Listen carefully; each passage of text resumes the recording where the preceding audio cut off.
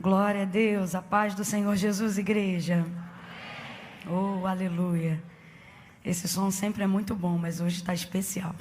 Deus abençoe a vida do sonoplasta. É uma alegria poder estar aqui nessa noite. Eu quero render graças ao Senhor por essa oportunidade.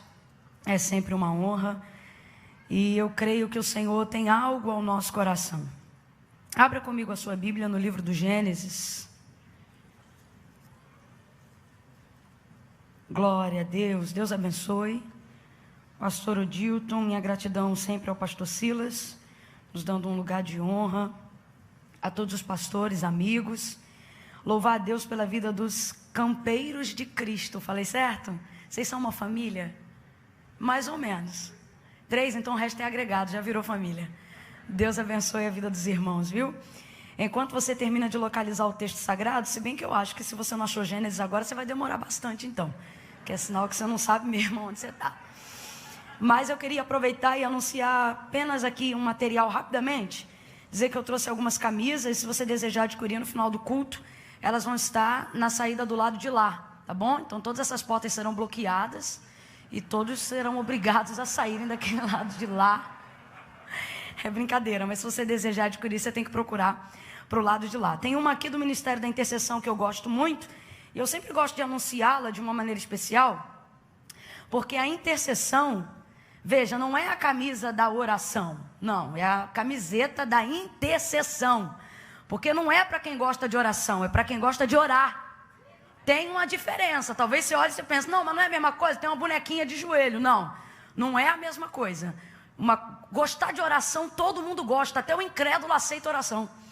Eu nunca vi ninguém rejeitar uma oração. Você chega na rua, você pergunta para alguém, fulano, você aceita uma oração? Ele diz, eu aceito. Mesmo que ele nem acredite, ele pensa numa energia positiva, alguma coisa vai acontecer. Ninguém rejeita.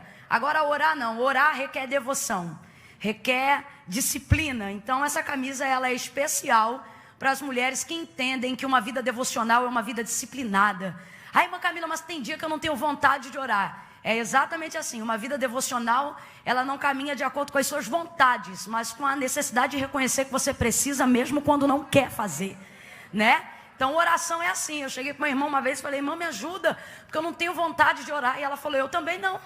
E eu disse, como é que você faz então para ser essa mulher de Deus, que é uma missionária muito abençoada, que já me ajudou demais? E ela dizia, eu oro sem vontade mesmo. E aí depois que eu estou orando, a vontade vem. E não é assim, gente. Então, vida de oração é disciplina, não é vontade, senão você vai ficar oscilando. E tem uma hashtag que foi criada, inclusive ela foi propagada num congresso de mulheres que eu preguei aqui, que é hashtag aqui é osso. Eu não sei, mas tem uma mulherada daquela época que talvez lembre, onde a gente fala que a gente não é a força que o mundo precisa, mas a resistência que o diabo não suporta. E quem ora sabe do que eu estou falando. Não é com força, mas é resistindo. Então tá essa aí, tem uma bonequinha de rabinho de cavalo, então é só para mulherada, tá bom? E tem essa outra para os homens não ficarem de fora, que é a do leão, essa é masculina. Essa é para os homens, tá bom? Só tem nessa cor mesmo preta, que eu gosto de uma parada bem macho mesmo, bem fechadão, tá? A manga é um pouquinho trabalhada, mas pode postar à frente que é mais bonita mesmo. Esse cara é o cara. Então tá aqui do leão, tá bom? Eu digo que ela é em tese masculina, mas eu vi o pessoal fazendo um estilo aí meio pop rock, as meninas. E aí eu até adotei, peguei uma PP dessa, e quando eu não quero parecer assembleianossauro, que nem hoje eu saí do século XVIII. Quando eu vi esse cabelo partido no meio, eu falei, o que houve, Senhor? Né? Mas tem dia que eu quero ficar moderna, e nesse dia eu boto ela, um cinto meio, e fico meio rock and roll, né? E vou do jeito que eu tiver. Então esses dois aí, a Virtuosa tem falta, graças a Deus, diga graças a Deus. É, porque está vendendo tanto que falta. E tem também materiais de DVDs, se você desejar adquirir no final do culto, tá? Mãe Camila, pelo amor de Deus, ninguém mais trabalha com DVD, por isso que eu trabalho, porque aí diminui a concorrência. Não, brincadeira, mas eu trabalho com material de DVD por um propósito em específico. Até hoje, irmãos, eu sei que parece loucura para algumas pessoas, mas até hoje, eu ainda não tenho, por exemplo, nenhum canal. O que você vê de canal com meu nome não é meu, não é de responsabilidade minha. Eu não tenho nenhum canal direto com relação às mensagens. Para ser honesto, eu nunca publiquei nem compartilhei nenhum vídeo meu, nem na minha própria página. Então eu não tenho como ter responsabilidade de tudo que trafega pela rede. O que vai pela rede é quem está colocando. Aí talvez você diga, não, irmã, mas você tem que se responsabilizar pelo que você fala.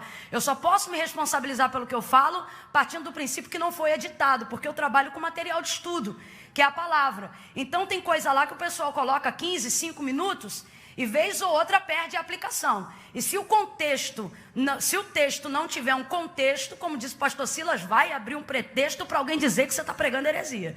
Então eu não posso me responsabilizar pelo que está na rede. Então o que é o material de DVD? Nem tudo que está na rede está no DVD, porque não é tudo que a gente prega para todo mundo. E nem tudo que está no DVD está na rede. E outra coisa, só vai para o DVD quando passou por algum crivo teológico.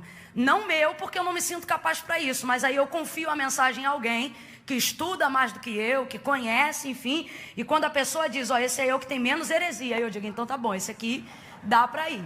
Então, o que tem a melhor aplicação, a melhor exegese, enfim, o que não dá margem para erro. Por quê? Eu tenho essa preocupação de coadunar a simplicidade do Evangelho de maneira profunda. Eu quero que esse material, ele vá para a mão de uma criança de 12 anos e ela entenda o que está sendo pregado. E tenho a preocupação de que se um catedrático, por algum acaso da vida, parar para assistir, ele também não se sinta enfadado em ouvir. Então, talvez você pense que é uma coisa simples, mas eu particularmente não acho. Por isso, acabo sendo muito criteriosa e ainda trabalho com material de DVD, porque é o único material que eu posso me responsabilizar por aquilo que está sendo entregue. Então, se você é meio enjoado também, não, irmão, eu sou enjoado, eu sou daquele que eu já sento para criticar. Você, então, sai da rede e vai para o material para você criticar menos ou criticar com mais coerência. Tá bom? Então, por isso eu trabalho com material de DVD. Gênesis, capítulo de número 1. Glória a Deus.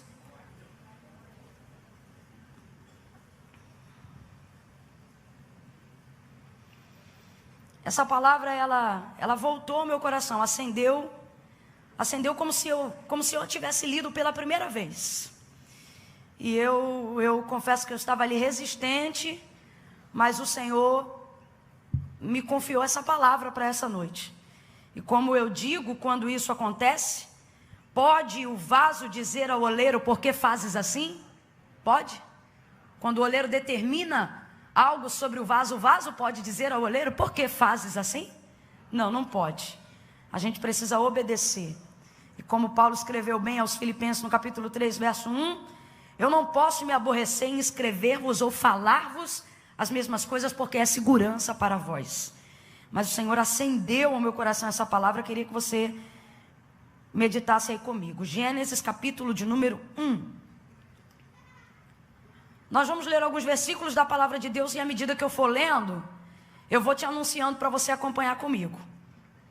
Porque nós vamos ler uma quantidade de versículos além da normal. Quem achou Gênesis, diga amém. Quem não achou, diga misericórdia. Pois é, misericórdia. Diz assim o texto. Verso 1. No princípio, criou Deus os céus e a terra.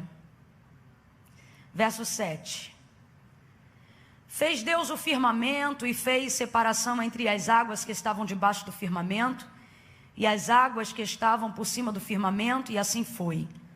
Chamou Deus o firmamento céu, e houve tarde e manhã do segundo dia.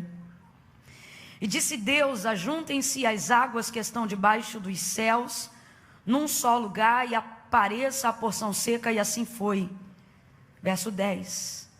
Chamou Deus a porção seca à terra, e ao ajuntamento das águas mares, e viu Deus que isso era bom. Complete aí para mim, por favor. E viu Deus que isso era bom. E viu Deus que isso era bom. Verso 12. E a terra produziu relva, as ervas davam semente conforme a sua espécie, e as árvores que davam fruto, cuja semente estava nele, conforme a sua espécie. E viu Deus que isso era bom. E viu Deus que isso era bom. E houve tarde e manhã do terceiro dia. Verso de número 17. Deus os pôs no firmamento do céu para iluminar a terra e para governar o dia e a noite. Está falando do sol, da lua e das estrelas. E para fazer separação entre luz e trevas. E viu Deus que isso era. E viu Deus que isso era. E houve tarde e manhã do quarto dia. Verso 21. Assim criou Deus as grandes criaturas do mar e todos os seres viventes que se arrastam, os quais povoam as águas conforme as suas espécies, e todas as aves que voam conforme a sua espécie. E viu Deus que isso era. E viu Deus que isso era. Verso 25. Deus fez os animais selvagens conforme a sua espécie, e os animais domésticos conforme a sua espécie, e todos os répteis conforme a sua espécie. E viu Deus que isso era. E viu Deus que isso era. Verso 27. Deus criou o homem à sua imagem, a imagem de Deus o criou, macho e fêmea os criou. Verso 30. Deu Deus todos os animais da terra e todas as aves do céu, e tendo feito todos os seres viventes que se arrastam sobre a terra, e tenho dado toda a erva verde como mantimento, e assim foi. Verso 31. E viu Deus que tudo quanto tinha feito, vem comigo e diga tudo. Diga de novo, tudo. E viu Deus que tudo quanto tinha feito era... Deve ter algum equívoco aí. E viu Deus que tudo quanto tinha feito era... Isso. E houve tarde e manhã do sexto dia. E assim os exércitos do céu e toda a terra foram acabados. Agora vai comigo, capítulo 2, verso 18. E disse o Senhor Deus: não é bom que o homem esteja só. Far-lhe-ei uma auxiliadora que lhe corresponda. Havendo, pois, o Senhor Deus formado da terra todos os animais do campo e todas as aves do céu, trouxe-os ao homem para ver como este lhe chamaria. E tudo que o homem chamou a todo ser vivente, isso foi o seu nome. Assim o homem deu nome a todos os animais domésticos, a todas as aves do céu e a todos os animais do campo. Para o homem, todavia, não se achava uma adjutora que lhe correspondesse. Então o Senhor Deus fez cair um sono pesado sobre o homem, e este adormeceu. E tomou então uma de suas costelas e fechou o seu lugar com carne. Então, da costela que o Senhor Deus tomou ao homem, formou a mulher e trouxe ao homem. E disse o homem: esta agora é afinal osso dos meus ossos, osso dos meus ossos, e carne da minha carne. E ela será chamada mulher, porquanto do homem foi tomada. Diga amém por essa palavra. Amém. Feche os seus olhos, curva a sua cabeça. Põe a Bíblia sobre o seu colo e segure a mão da pessoa que está sentada ao seu lado. Não segure a mão dessa pessoa de maneira fria, meio requenguela, não. Segure a mão dessa pessoa com vontade, porque senão ela vai perceber que você está segurando com vontade de soltar, e isso é desagradável. Segure a mão dela com firmeza, porque talvez alguém veio fazer uma social, mas ao você segurar a mão dela e ela perceber que você tem firmeza no propósito, ela vai perceber que você é um instrumento vivo nas mãos de Deus. Segure com a firmeza de quem veio para cá sabendo a que veio. E se ainda não sabia, no mínimo veio disposto a descobrir. Segure na mão dessa pessoa com firmeza. Feche os teus olhos, curve a sua cabeça e permita que nessa noite, na ADVEC, suba diante de Deus as nossas orações como uma nuvem de súplica diante de Deus. Comece a suplicar. Ainda antes que eu levante a minha voz em oração, comece a levantar a sua voz junto com o seu irmão em oração e comece a suplicar para que o Senhor se manifeste em nosso meio por intermédio da sua palavra.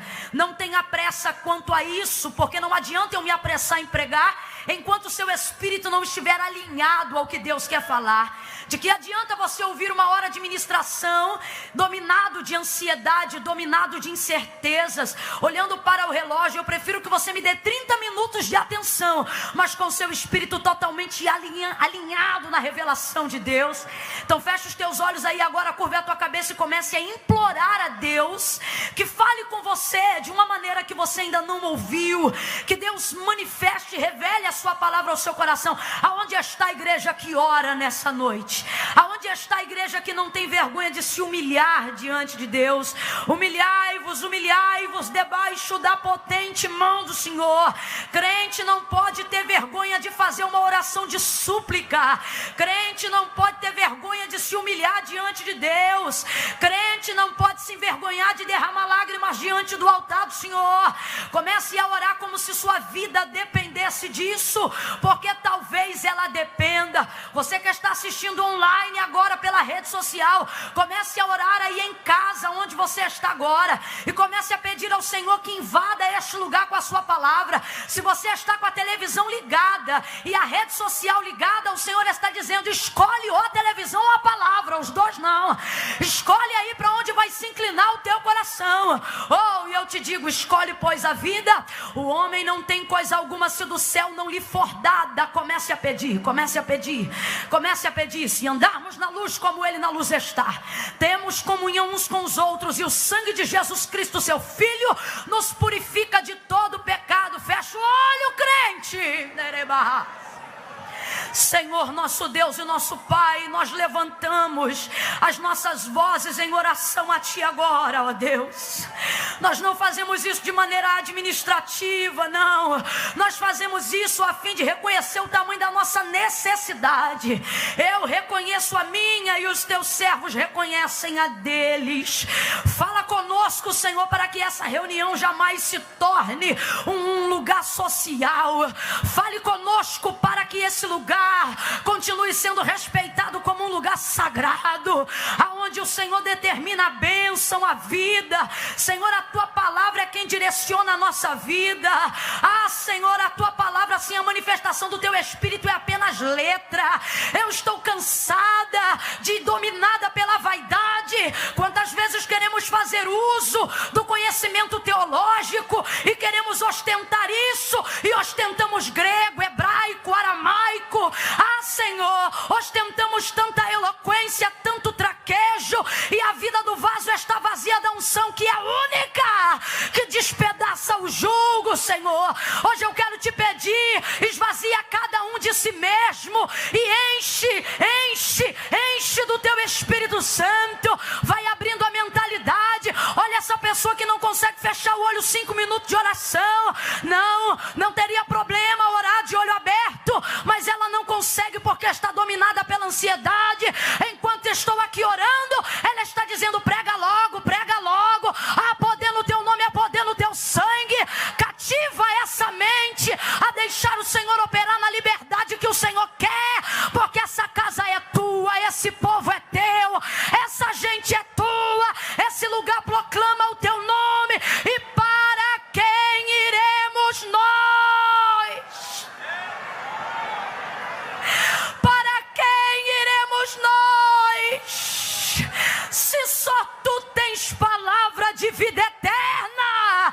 Ainda antes que houvesse dia, o Senhor já existia, e não há quem possa fazer escapar das Tuas mãos. Operando o Senhor, quem impedirá? Não tem depressão, não tem síndrome do pânico, não tem falta de dinheiro, não tem tristeza, não tem enfermidade, não tem confusão de mente nem de espírito, não tem espírito da loucura, não tem valente mais forte do que o Senhor. Manieta todo valente, aprisiona toda ansiedade, joga por terra toda incredulidade, desemborca Teus vasos, aviva a Tua obra, levanta os Teus profetas, batiza com o Espírito Santo e com fogo. A Tua palavra tem liberdade. Se move, se move, se move, se move em nós, Senhor, pelo poder da Tua palavra, e executa o Teu querer. Dentro do tempo que eu tenho, eu quero fazer o Teu querer. Vai curando enquanto a Tua palavra estiver sendo pregada. Vai libertando dos demônios quem entrou aprisionado. Vai trazendo, Senhor, o Teu Espírito sobre a mentalidade desta pessoa que está aqui, para que ela possa entender. Abre a mente do Teu povo para entender. Porque se o Senhor não abrir o entendimento, é falácia. Se o Senhor não abrir o entendimento, é vernáculo. Se o Senhor não abrir o entendimento, é vazio. Abre o entendimento e acerta-nos, Senhor, com a Tua palavra. Fala, Deus, em nome de Jesus. Em nome de Jesus. Em nome de Jesus. Bota a mão no coração, crente. Rebada que minuciai jebridorehas. Cabante o quebada se o que. Chebeide sobre dericonia. Tebide condarabaço bidequios. Bota a mão no coração. E de cabaço e de oriahanda candas.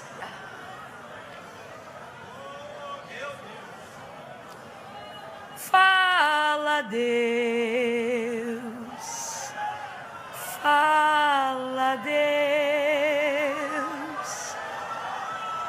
Toca-me com brasas do... Tem gente dessa época aí?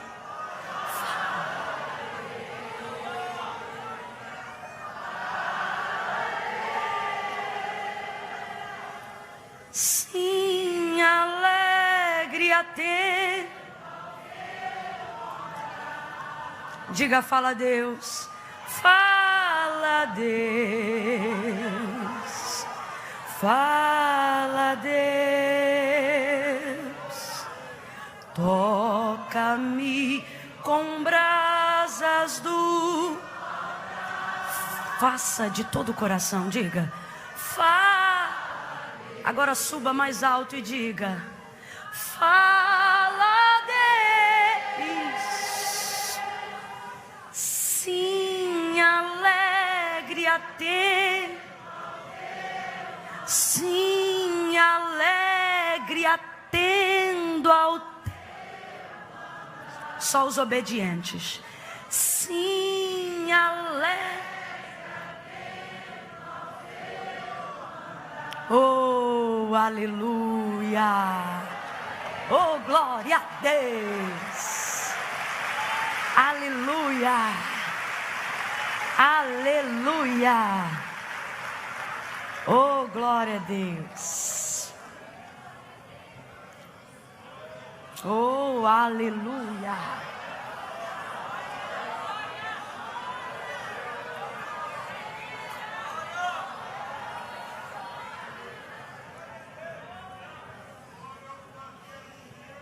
Oh, aleluia. Nós terminamos o desfecho da narrativa da leitura que o Espírito de Deus selecionou para essa noite, no livro do Gênesis, no capítulo 2, lá do verso 18 ao versículo de número 23, falando sobre alguns momentos pós-criação de Deus, né? Pós-realização de tudo aquilo que o Senhor fez. Ao contrário do que por alguns anos a ciência vem afirmando acerca de algumas coisas sobre a criação do mundo, do universo, o autor da carta aos Hebreus já vai deixar algumas coisas claras para nós, quando ele vai dizer que céus e terra, tudo que existe e foi criado, não foi feito por prova aparente do que se vê, mas foram criados pelo poder da palavra de Deus. E a gente acredita nisso. E cada vez que a ciência vai se especializando mais, ela vai, na verdade, descobrindo que há muito mais similaridades para que ela acredite nessa verdade irrefutável do que vai criando outras coisas. Então, o livro do Gênesis, ele trata para nós sobre o episódio de toda a criação, como céus, terra, tudo que existe, tudo que há foram criados. E a gente vê, em resumo, que tudo que existe, tudo que há e foi criado, foi feito pelo poder da palavra de Deus. Ele disse, haja luz, e houve luz, porque a palavra de Deus não volta vazia, antes ela vai e faz aquilo que lhe apraz. A palavra de Deus, ela é viva, ela é viva, ela é viva, eficaz, mais penetrante do que qualquer espada de dois gumes, que penetra até a divisão da alma e do espírito, juntas e medula, e é apta para discernir os pensamentos e as intenções do coração. Olha o que o texto está dizendo, a palavra de Deus é viva, ela é viva, ela é independente. Eu acho que ao invés da gente orar pedindo, Deus, usa-me, a gente tinha que pedir ao contrário e dizer, palavra, me usa, de tão viva que ela é. Realmente, a palavra de Deus não precisa de muita mirabolância, muita loucura, ela fala por si só. Então, o livro do Gênesis vai mostrar isso para nós, que aqui é a narrativa de toda a criação. Aí, quando a gente vai dar uma ênfase a partir do verso de número 18, a gente vai achar que isso é praticamente o texto áureo para falar para casais, né? E disse o Senhor Deus, não é bom que o homem esteja só, far-lhe-ei uma adjutora que lhe corresponda. Mas nós não podemos nos ater, só porque isso aqui é praticamente o texto áureo para falar de vida conjugal, e achar que o texto se limita somente a falar a isso, sobretudo quando nós estamos falando de Gênesis. Se Gênesis é o livro do princípio, de como o fundamento foi lançado sobre a terra, nós não estamos falando, quando dedicamos leitura a Gênesis, ao livro do Gênesis, apenas para falar sobre coisas secundárias e superficiais, mas ele vai falar sobre o princípio dos princípios.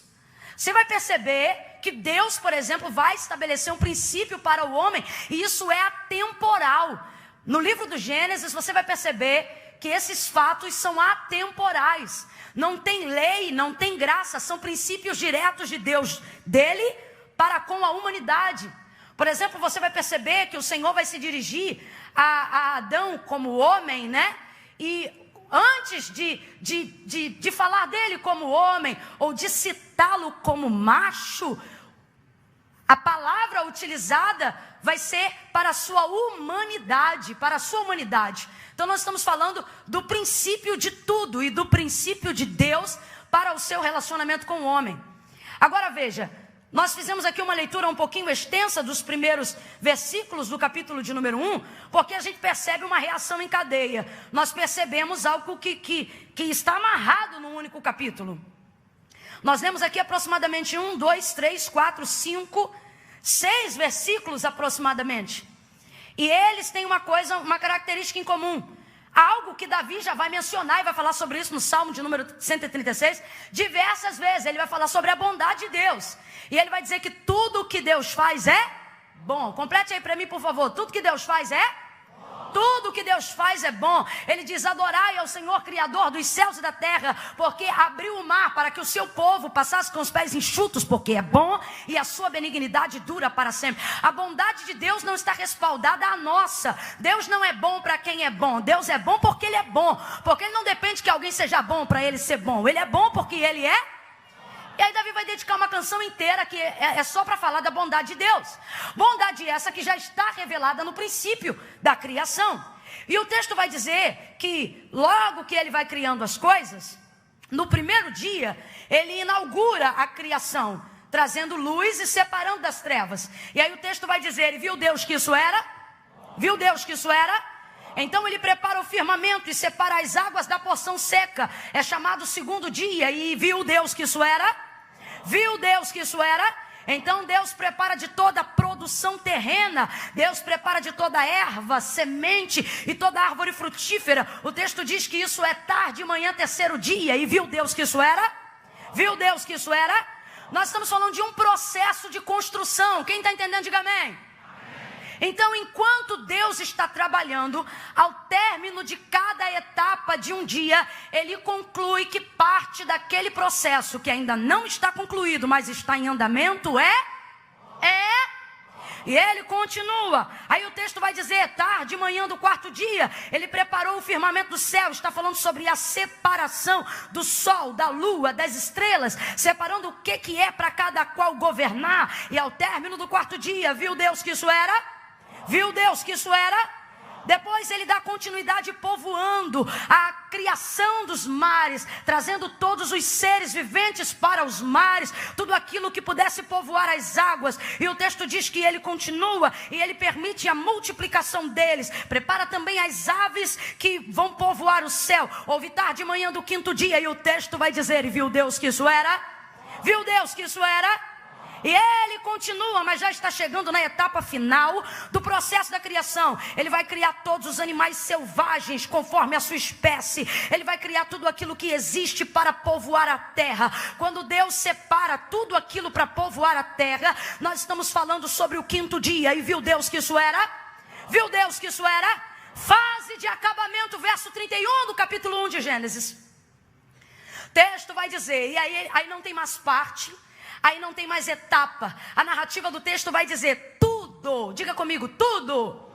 Aí não tem mais parte, não tem mais etapa. Não é primeiro dia, não é quarto dia. Não. É o dia que encerra, é o dia que termina. É o dia do acabamento.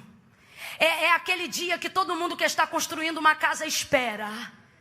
É aquele dia que termina a quebradeira, termina o pó da massa e é só entrar com os móveis de decoração. É aquele dia que você separa para tirar foto do antes e depois. Oh, fase de acabamento, processo final, último dia, o dia que antecede o dia do descanso.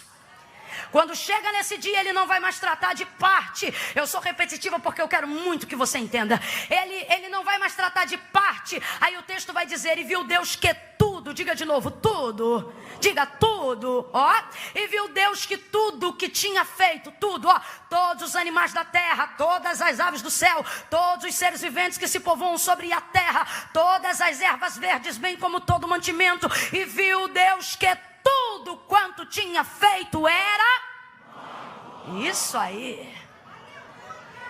É interessante porque enquanto Deus está em processo é bom, mas quando Deus termina, não diz bom. Enquanto está em processo é etapa, é bom. É bom por quê? Porque não acabou. Então é bom por quê? Porque faz parte do processo. Se tem uma coisa que dá alegria em viver o cumprimento da promessa, é saber que ela não foi prometida num dia e recebeu no outro. Senão tu perde o testemunho. O que é o testemunho? A oportunidade de contar a honra do processo que você passou até chegar aqui. A coisa só ganha beleza em cima disso, sim ou não? Sim ou não? Então você não pode desprezar o processo. Deus não desprezou o processo. Aí eu te pergunto, aquele que disse em um dia, haja luz e houve luz, teria poder para em um dia só dizer, haja luz, haja terra, haja ave, haja porção, haja água, haja peixe, haja mar, haja dia, haja noite, haja estrela. Em um dia só ele teria poder para fazer isso? Sim ou não? Em um dia só, se Deus quisesse, pintaria como canta o cantor Lucas, o pastor Lucas, o maior pintor do mundo. Em um dia só ele pintava a tela do céu do universo. Em outro dia ele pintava os planetas, ou melhor, no mesmo dia. Se ele quisesse, poderia ter feito tudo no mesmo dia, porque ele tem todo o poder. Mas nem Deus desprezou o processo. E por que você é tão agoniado? Dá uma olhada para quem está ao seu lado e diga, está em processo. Diga de novo, está em processo. E você fica com essa agonia, irmão, eu estou na luta, eu estou na prova, eu estou no deserto. E Deus está dizendo, isso é bom, isso é bom. Isso está te ensinando a valorizar a fase de conclusão, a fase de acabamento. Isso vai robustecer o seu testemunho. Então veja, enquanto Deus está na criação, de cada parte da etapa da criação, o texto vai dizer, viu Deus que era bom. Mas quando ele conclui, ele não vai dizer que era bom, ele vai dizer que ficou... enche essa boca de um cântico e fale muito bom. Vamos lá, 1, 2, 3. Quando ele termina não fica só bom, quando ele termina fica. Quando ele termina não fica só bom, quando ele termina fica. Olhe para o irmão que está ao seu lado e diga, eu estou no processo.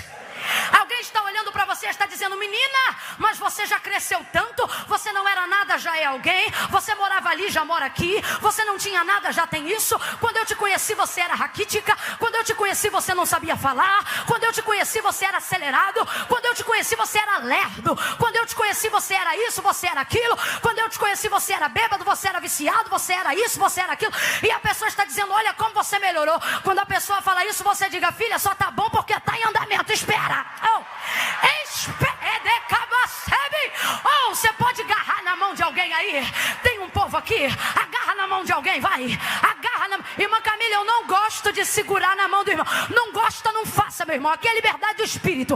Agora, se tu acredita que Jesus pode passar por você, segura a mão dessa pessoa, agarra ela, agarra a mão dela e diga, eu estou no processo. Eu estou no processo.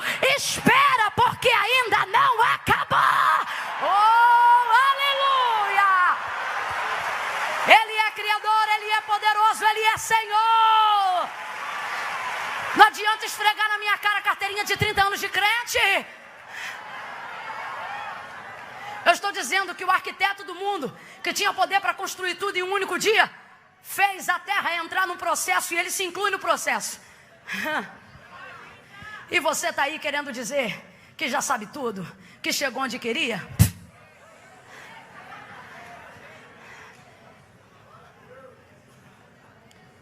Então, você já entendeu?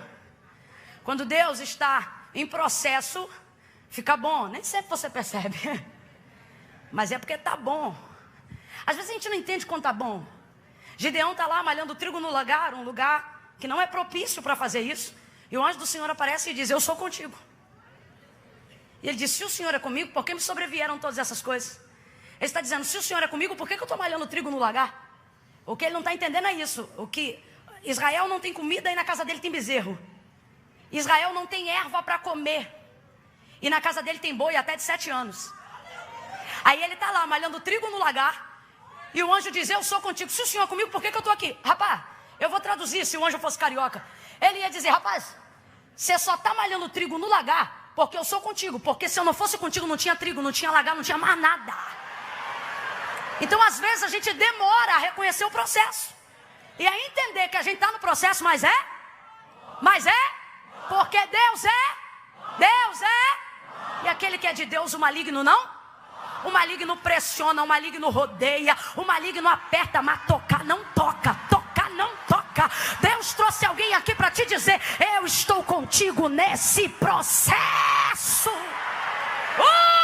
Meu Deus, eu estou sentindo a graça de Deus aqui. Ele trouxe alguém aqui para dizer: eu estou contigo nesse processo. Você diz: meu Deus, como eu estou sendo provado. E o Senhor está dizendo: é estagiário.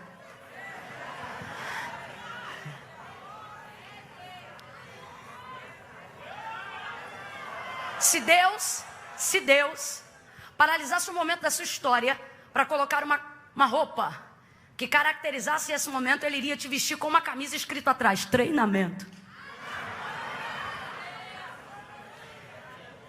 Agora, quando Deus termina, não fica só bom. Quando Deus termina, fica. E muitas pessoas desprezam a colocação dessa palavra no texto, mas não pode, irmão.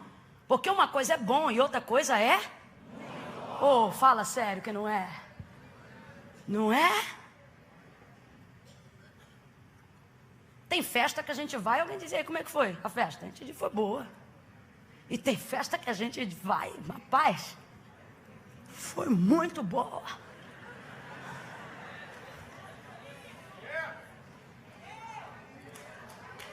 Muito boa.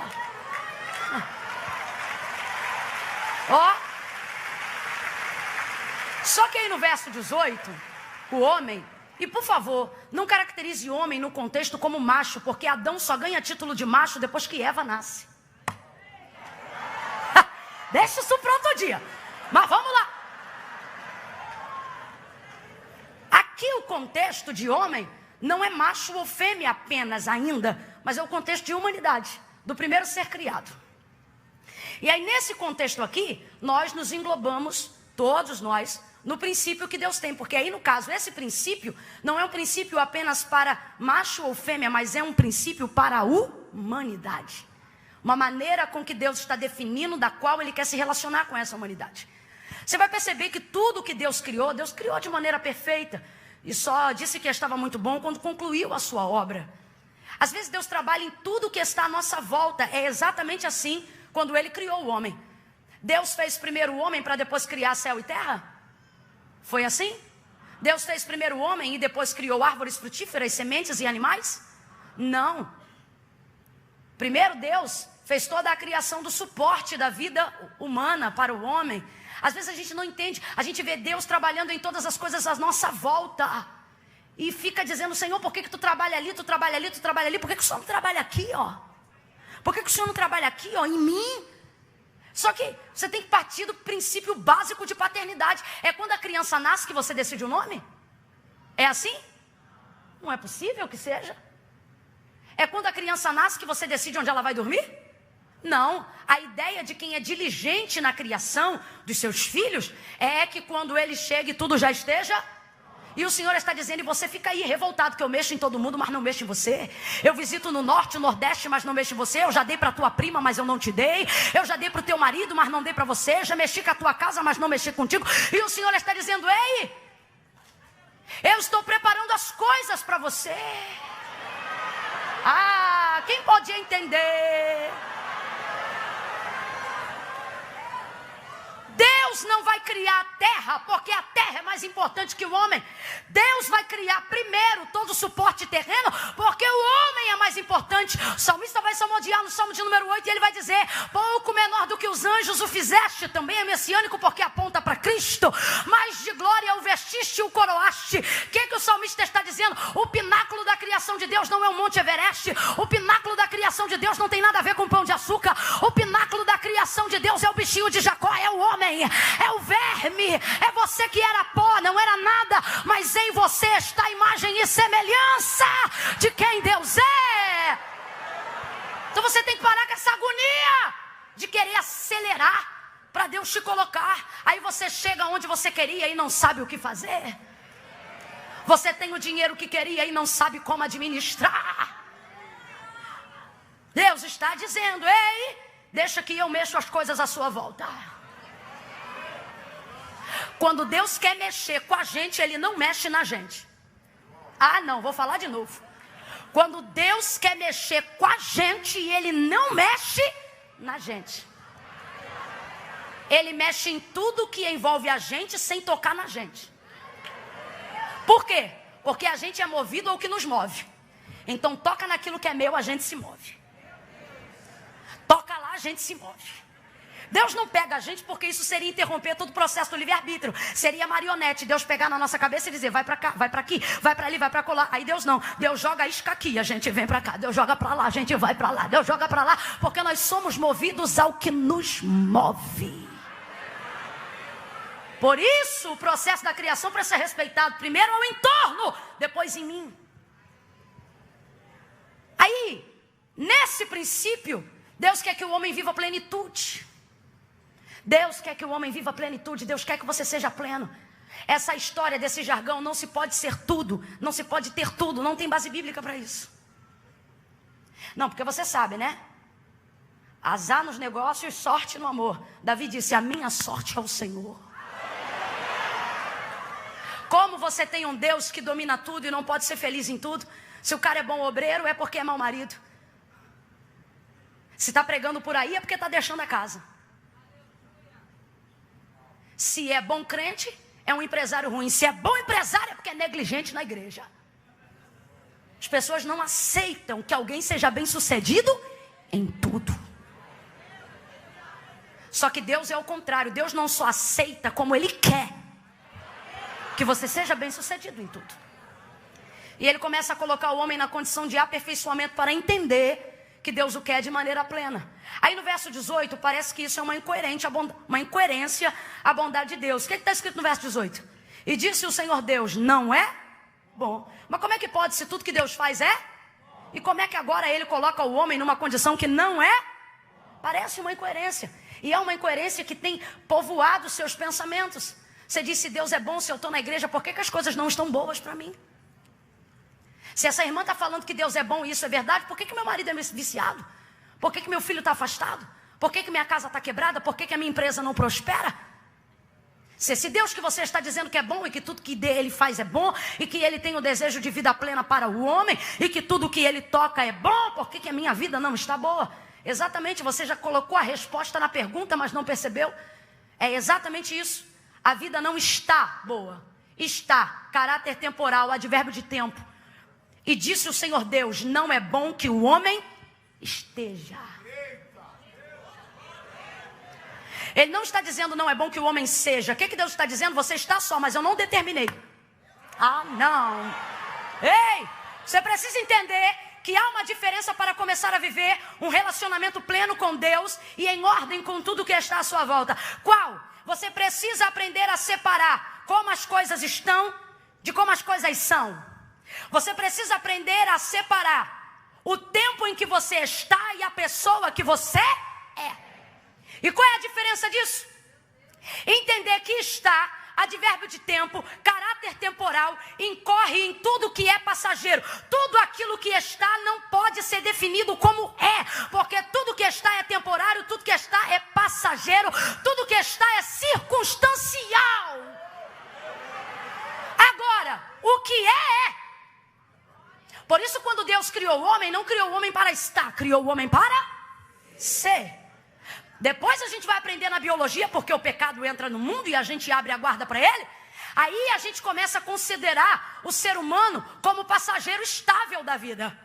Porque aí a tia vai botar um quadro na escola, vai colocar uma sementezinha, vai mandar a gente levar o feijão para casa, mergulhar dentro do algodão, do copinho de plástico e vai dizer para a gente, olha, tudo aquilo que nasce, cresce, se reproduz e morre é um ser vivo. Só que Deus não vai tratar o homem como ser vivo, porque Deus não criou o homem para estar, Deus criou o homem para... A pele pode estar, a alma nunca esteve, a alma sempre é. Por isso que quando Deus criou o homem, Ele não disse, eu quero que você nasça, cresça, se reproduz e morre. O texto vai dizer que Deus soprou o uzuê, o fôlego de vida nas narinas do homem. E aí o texto vai dizer, Ele soprou Deus, o fôlego de vida nas narinas do homem. E o homem foi feito ser vivente? Não. O texto vai dizer, e o homem foi feito alma vivente. Por quê? Deus não criou você para achar que você é como você está. Deus criou você para você entender. E é isso que eu preciso que você entenda aqui. Uma coisa é como você está e outra coisa é quem você é. O estado não tem poder de determinar sobre o ser. Mas o ser, por ser permanente, tem poder de determinar sobre. Vou falar rasgado que é para todo mundo entender. Não tem nada difícil não, abre a mente. A sua rua, por não estar asfaltada, não tem o poder de determinar quem você é. O que você é, você pode ser independente de ter asfalto ou não. A casa da minha avó não tinha água encanada, nem caixa d'água, nem chuveiro. Mas a casa que eu morava não determinava quem eu era. Como eu estou é circunstancial. Como eu estou é passageiro. Mateus capítulo 15, verso 21 em diante. Lembra da mulher cananeia seguindo Jesus? Ela dizia, filho de Davi, tem misericórdia de mim, que minha filha está. Ela está dizendo, ei, eu não vim clamar pelo demônio, eu vim clamar pela minha filha. O demônio o Senhor pode tirar, porque ele é passageiro, mas a filha o Senhor me dá, porque ela é minha. Você precisa entender que como as coisas estão, não determinam como elas são.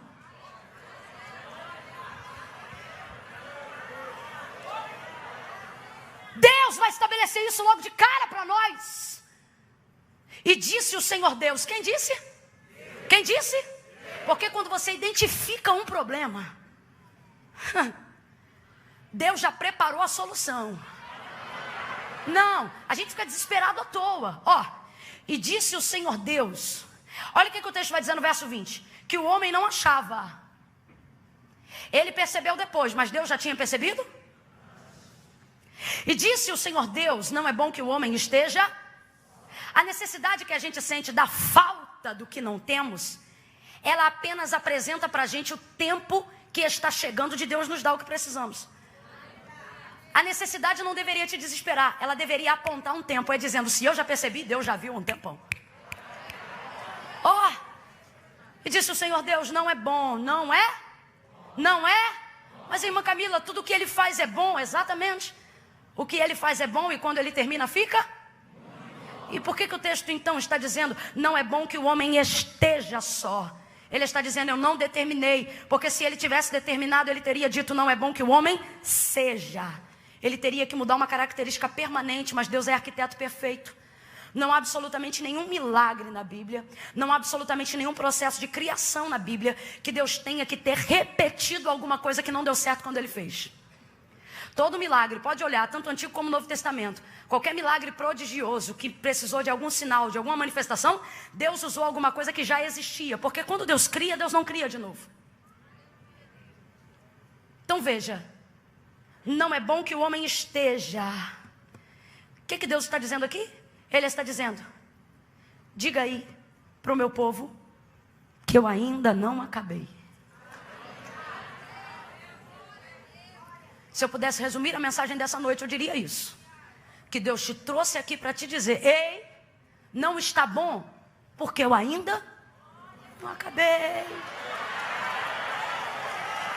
Porque se quando eu trabalho é bom, quando eu termino fica. E se eu estou constatando que não está bom, é porque eu ainda não acabei apressado. Ele não disse não é bom que o homem seja. Ele disse não é bom que o homem Deus está dizendo para mim e para você: eu ainda estou trabalhando. Oh, aleluia! Oh, aleluia! Oh, aleluia. Para você não bater boca com o vizinho, nem ter que ficar respondendo em direta de WhatsApp, nem tem que ficar se gastando em rede social. Eu queria planejar um sinal com você. Quando a gente é criança que perturba muito a mãe, aí a mãe de longe, para não bater e não parecer que ela malcria a gente, né?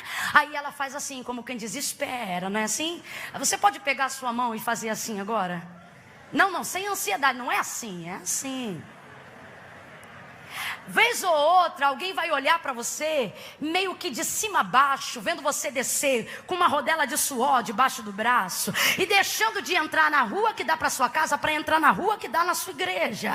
E essa pessoa vai olhar meio que assim: gente, como é que pode? Essa pessoa está congregando lá sei lá quanto tempo, e a vida dela ainda não mudou, a casa dela ainda não mudou, a família dela ainda não mudou, o marido dela ainda não converteu. E a vontade, a língua coça, é de querer respaldar, é de querer falar, mas o Senhor está dizendo: não diga nada, porque quando a tua vizinhança se identifica, é tarde, porque eu já vi, há muito tempo. Então você não tem que se indispor com ninguém, basta você fazer assim, e alguém vai pensar: o que foi? Me deu tchau? Entenda como quiser, eu não quero discutir. O que eu quero deixar claro: aguarda, porque ele ainda não acabou. Aguarda, porque Deus ainda não acabou.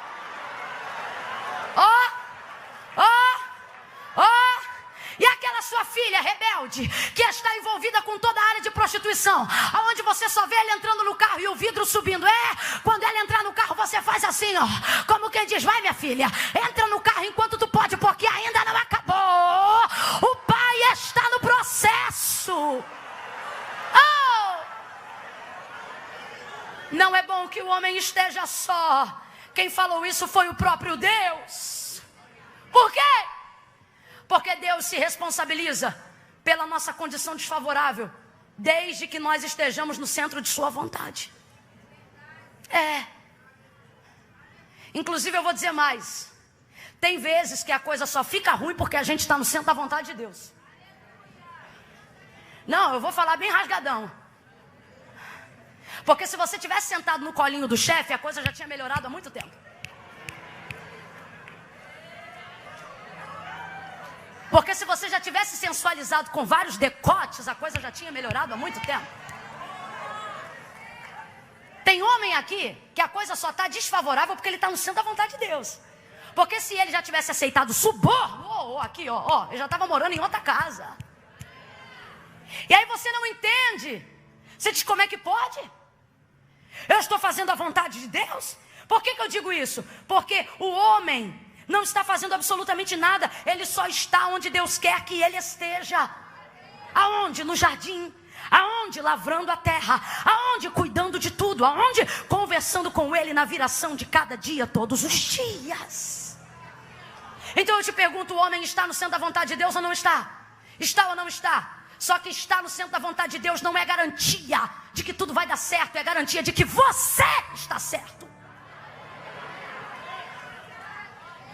E às vezes você está aqui se perguntando: irmã Camila, se eu sou crente, se eu estou fazendo tudo certo, por que as coisas estão desfavoráveis? Por que a coisa não está boa para mim? O Senhor está dizendo: fique tranquila, fique tranquilo, porque quem identificou que a coisa não estava boa antes do próprio homem foi Deus. Deus está dizendo: todas as vezes que você tiver que pagar um preço, todas as vezes que você tiver que viver um nível de renúncia, todas as vezes que você tiver que baixar de cargo para não ter que aceitar suborno, todas as vezes que você deixar de você se tornar o policial mais otário do batalhão, porque é o único que não tem o que todo mundo ainda tem. Todas as vezes que você deixa que para ficar no centro da vontade de Deus, você tiver que deixar de sentar-se na roda dos escarnecedores, porque na roda dos escarnecedores é que as coisas acontecem, é na roda dos escarnecedores que as coisas fluem, é no caminho do ímpio que faz tudo sem temor que você vê algumas coisas dando certo. O Senhor está dizendo: todas as vezes que para estar onde eu te coloquei,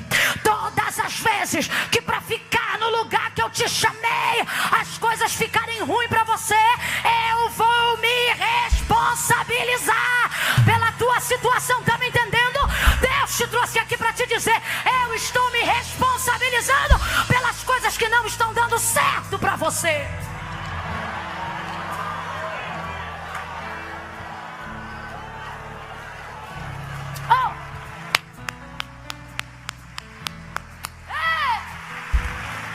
Preste atenção.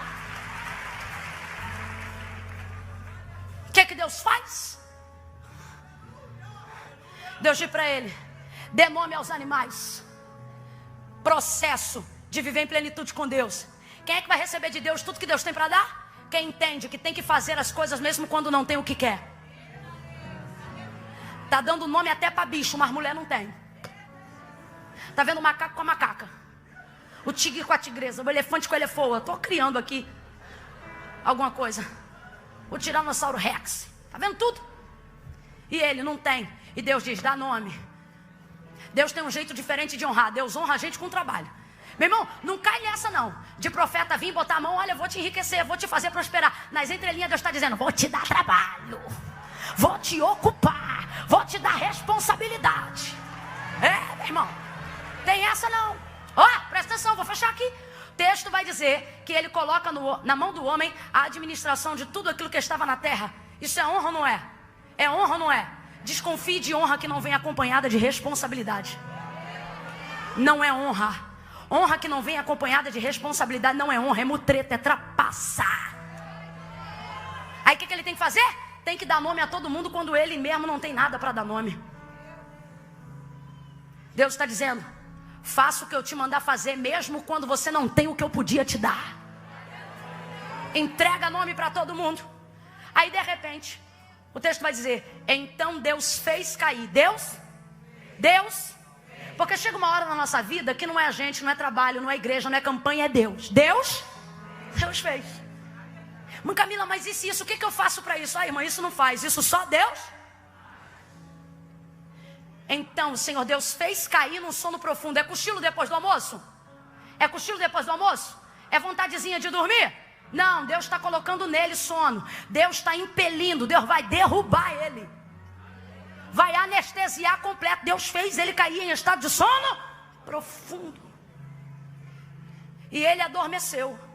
Deus fez. Por quê? Porque Deus ia tirar um pedaço da costela daquilo que estava dentro. Completa para mim. Daquilo que estava. Quando Deus está do lado de fora pedindo coisas que estão dentro, normalmente a gente não dá. Imagina Adão acordado e Deus dizendo: homem, me dá um pedaço dessa costela que está aí. Tire a mão daí. Mas não, colocou em estado de sono profundo, para que Deus pudesse mexer, pudesse tirar, pudesse cortar, pudesse enxertar. O que é que Deus está dizendo para mim e para você hoje? Tem coisa na sua vida que eu não vou pedir, porque se eu pedir você não vai me dar. Eu vou te derrubar e vou pegar. Aí você diz: mas o que eu tenho a ver com isso? Tem. Ele ouviu aquela oração: Senhor, faz o que o Senhor tiver que fazer.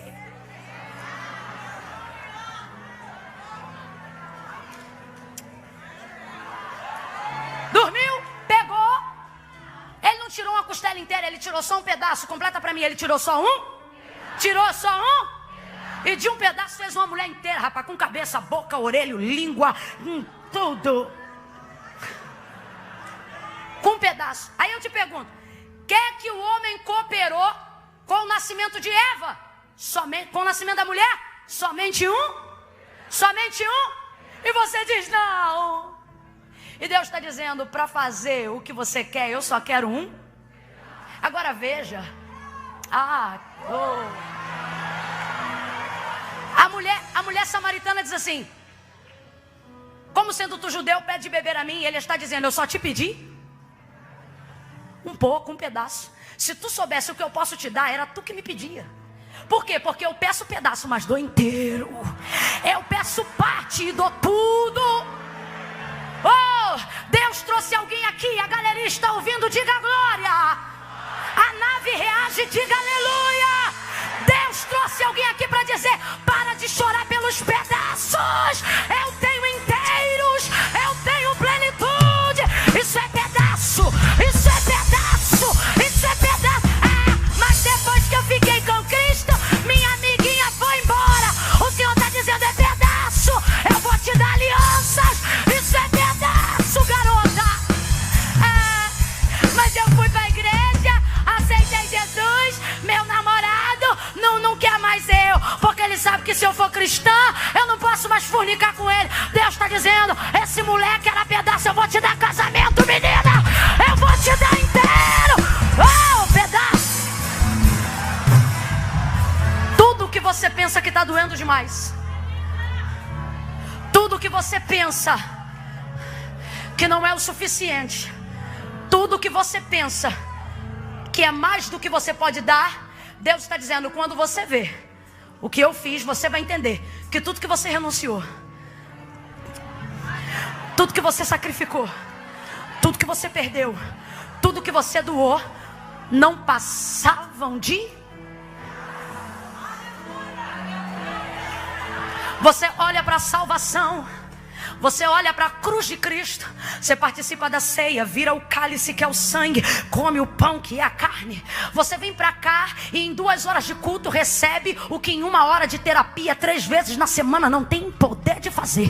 Você chega para cá, volta para casa depois de um culto e dorme o sono do justo, e nem o Rivotril te derrubava à noite. Aí você olha e diz, meu Deus, da onde Deus me tirou? A síndrome do pânico te algemava, que você não atravessava a rua para comprar um pão na padaria.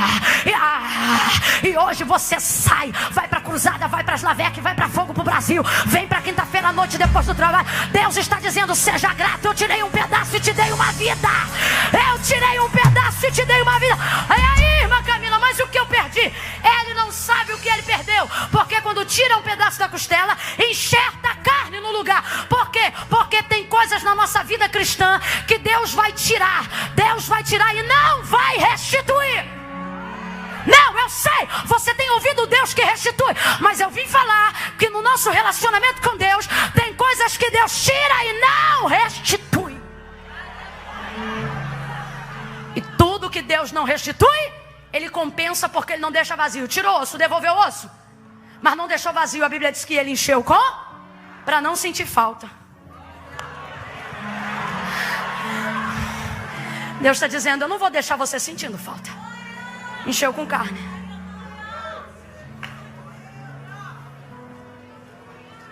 Quando ele acordou, vem comigo, fecha comigo. Quando ele acordou, ele olha para ela. Uau! Nunca viu, rapaz? Só tá vendo macaca peluda? Ele olha para ela. E ele diz assim, esta afinal é finalmente, afinal é enfim. Eu vim da parte de Deus hoje aqui dizer que Deus vai visitar a tua história com um então. Não falo porque quero. Se fizesse o que queria, para ficar super bem com o pastor Adilton, te entregar 10:09. São 9:08 e eu já estou com pânico aqui. Porém, Deus está dizendo, com ousadia, entregue o que eu te mandei.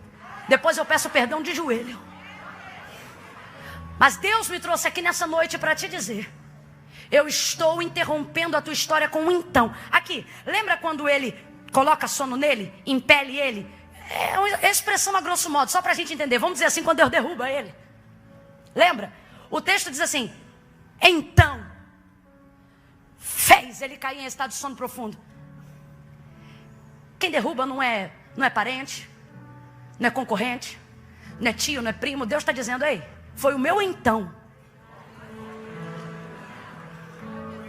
E esse então muda tudo. Ele muda tanto que tem gente na rua que não vai poder contar a história toda. Alguém vai lembrar de onde você estava, quem você era, o isolamento da vida que você tinha, o que te faltava, a falta de alegria. E alguém vai dizer, menino, mas o que foi que aconteceu? Você vai ter que dizer, tem tempo? E a pessoa vai dizer, tenho. Aí diz assim, então, sente aí.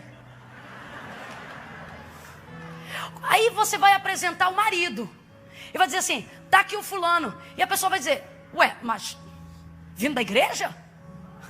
Ué, mas de grava. Não é o Zé da Birosca? Aí você diz, então, sente aí. Deus tem um então para a tua história. Deus tem um então para a sua vida. Fica de pé para receber. Quem acredita, então Deus virou o cativeiro de Jó. Então Deus deu filhos a Sara.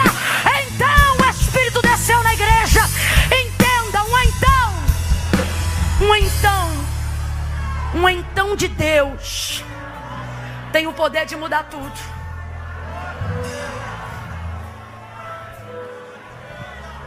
Jesus entra no casamento, nas bodas de Caná da Galileia. Veja como é que está o texto.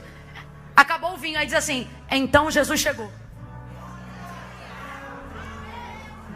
Sara não tinha filhos, aí o texto diz assim: então o Senhor visitou a Sara.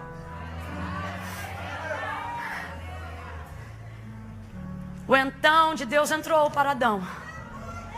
Quando ele levanta, ele diz: afinal, finalmente, agora é processo de acabamento. Quem entendeu, diga amém.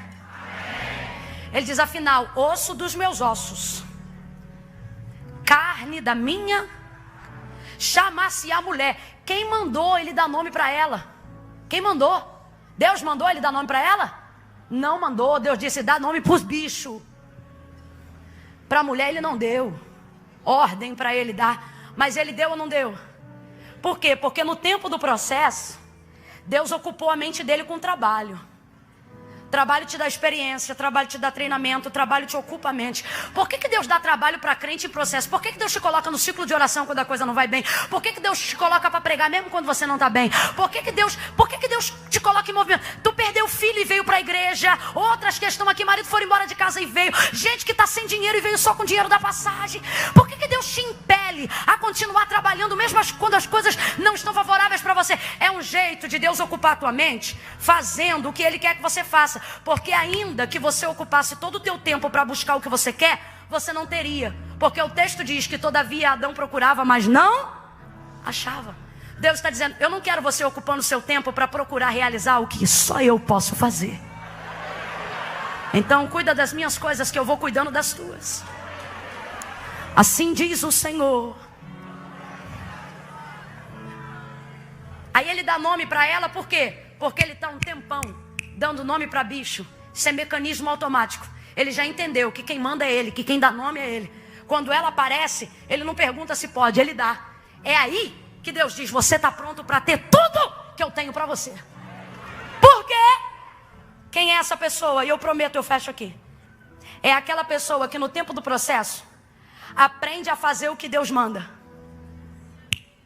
Quando você aprende a fazer o que Deus manda, você aprende o que Deus quer, sem que Ele tenha que mandar.